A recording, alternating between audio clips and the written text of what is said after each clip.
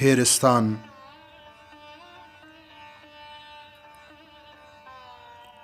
ډیر پخوا چې لا هر ښار به سلطنت و، پشت پر پشت به د پاچا د کور عظمت و. د پاچا به لوی ارمان لو پاچهي وه، هر څو لوی چې بې دربار و لو شاهي وه. یوه ورځ د یو پاچا زړه سو جنګو ته، یوه ورځ د یو پاچا زړه سو جنګو ته، خپل د تخت او د شاهي و پراخېدو ته. ولښکرې کړي تیارې چې نور جنګ دی، همسایه ښار ته زړګی مې نور پتنګ دی. خپل خونین سپه سالار یې وغوښت ځان ته، اعزازونه یې د جنګ ورکړل پهلوان ته. ول زموږ د تیر جنګونو قهرمانه، افتخار یې د دربار غښتلی ځوانه.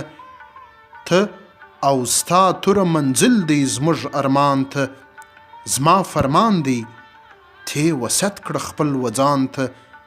د جابرو قوتونو دغه کار وي چې پرې ایښې د دښمن زړونو کې ډار وي. تا به توره مړوله په یاغیانو، نور آزاد یې قتل عام کې د پردیانو.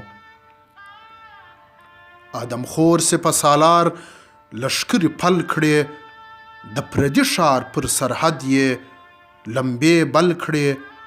تر خونکارې تورې تیر کړل ډیر مړونه، د لیوه په شان یې څیرې کړل نسونه. هرې خواته ککرۍ وې د ځوانانو، د سرحد د ساتندویو سپاهیانو. ټوله ورځ پر سرحد وینې تویېدلې، وږې سترګې د سالار نه مړېدلې. د غروب سره د جنگ میدان آرام سو، د پردي ښار د سرحد فوج هم تمام سو. د وحشي سالار و ښار ته ډیر تلوار و، توره کښلې د سپېدو په انتظار و. چې سهار سو سپېدې وچاودې رڼا سوه، د فاتح لښکر صفو کې لو غوغا سوه. ولوه جنګ ته راوتلی ټوله ښار دی، د هر فرد زموږ و مرګ ته ډیر تلوار دی. موږ به څنګه د ټول ښار سره جنګیږو، ناداني به وي که جنګ ته وردانګیږو. لوی مغرور سپه سالار ویل ملګرو، زه باور لرم پر خپلو تیرو تورو، دا د جنگ میدان به موږ ګټو یارانو. د پیادو وهل اسانه وي ځوانانو، خو لښکر چې د سالار په خلکو ګډ سو، خو لښکر چې د سالار په خلکو ګډ سو. په لحظو کې لوی وحشي فوج ګډ وډ سو. د پیاده و پر سپرو سوله وارونه، چا راوړي وې برچې چا و ډانګونه. چا په تبر د اسونو پښې وهلې، چا په نس کې د سپرو نیزې وهلې. لوی لښکر لکه غنم ذره ذره سو، څوک چې پاته و هغه مخ پر دره سو. سالار ورسوی ځان تر زوړ درباره، رېږدېدی یې هر اندام د مرګ له ډاره. په دربار چې ور داخل سو وار د واره، ول بخښنه راته وکه زموږ سرداره. ما په خپل ژوند کې دې کړي ډیر جنګونه، زما تر تورې دې تیر سوي ډیر فوجونه.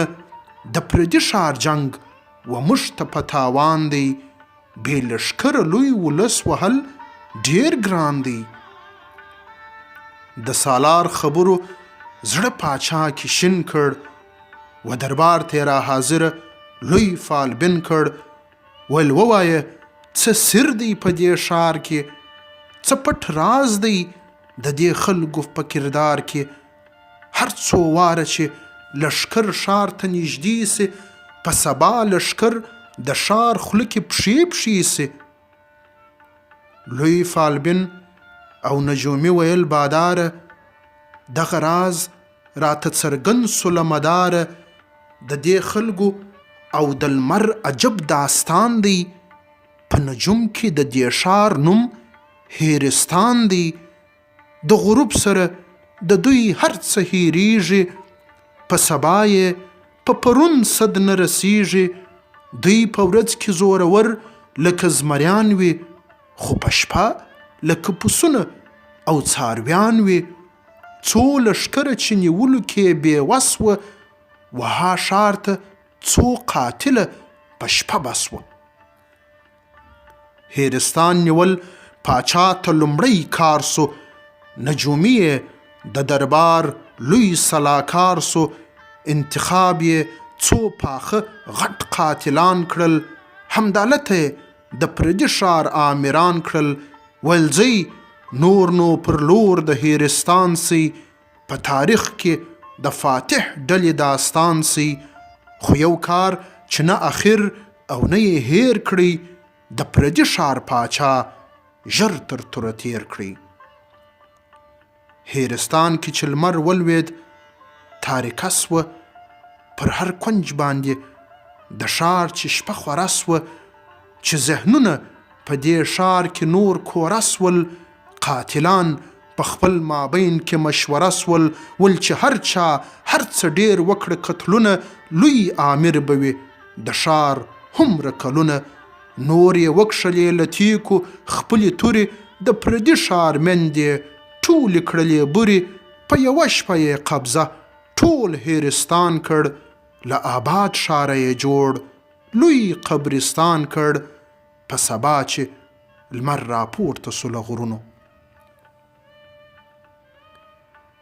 په سبا چې لمر راپورته سو له غرونو، تور دودان پورته کېدله له قصرونو. څوک چې پاته و په شپه کې له ګزاره، حق حیران و ریږد اخیستې و له ډاره. یو قاتل د ښار پر لوی منبر سو پورته، یو قاتل د ښار پر لوی منبر سو پورته. ور ولاړ سئ هر یو ننوځئ خپل کور ته، برایي بلاوي دلته وې راغلې، هم پاچا هم یې ټبر کړ په مرګ غلي. دغه موږ وو چې دا تاسې وژغورلاست، د بلاوو له غاشو یې وساتلاست. پس له دې څخه به موږ مو حفاظت کړو، د ملي اتل آمر به اطاعت کړو. لوی ولس له قاتلانو څه راضي سو، نه خبر د شپې په حال نه په ماضي سو. د کوم قام چې نه پرون او نه سبا وي، همیشه به یې په برخه دا بلا وي.